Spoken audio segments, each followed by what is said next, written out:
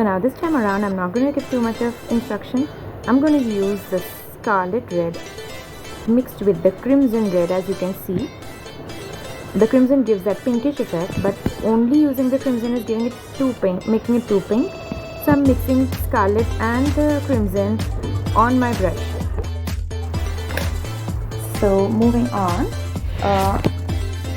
I'm leaving the rim slightly blank. As you can see, there is a lot of black there on the top, and the part above it I'm going to do later. Now I took some black plus crimson on my brush and I'm going to make the lower portion darker, shaded. Now the extreme blacks I'm going to do over it later. Right now I'm just doing the shading part.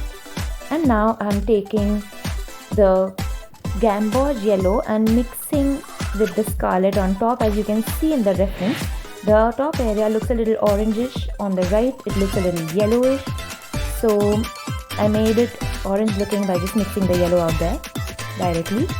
Okay, let's zoom in and see.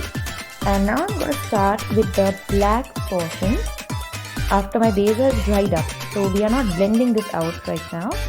And carefully looking at the reference, and you're going to use a thin brush and paint the shape exactly how it is seen.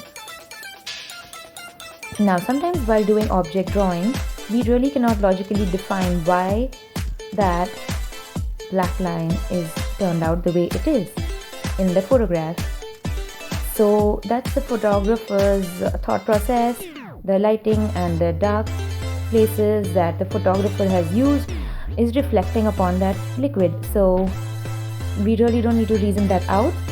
We will just try to make it similar to what we see visually. A little bit difference here and there is of course okay, because these black lines look pretty abstract and not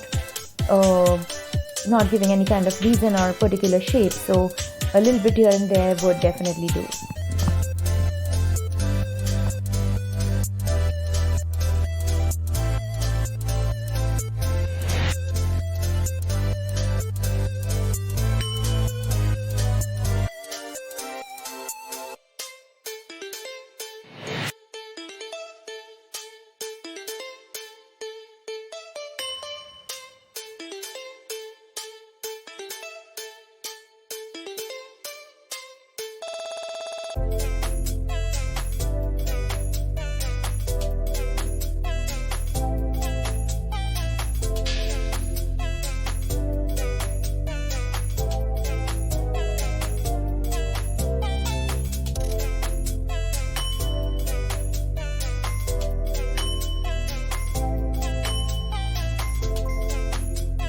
Now I'm going to start with the lighter black lines in the extreme center portion.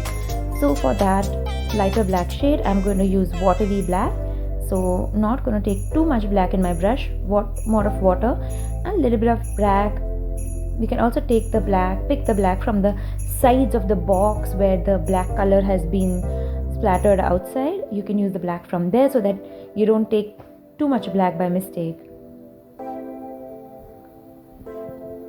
So all of these places are going to be light black.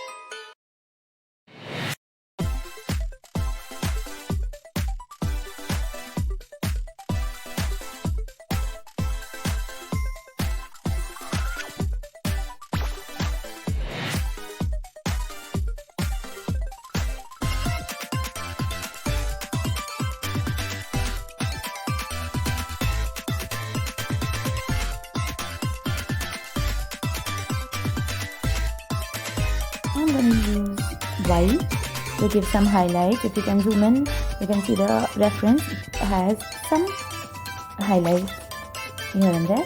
So I'm going to use the watercolor cake white.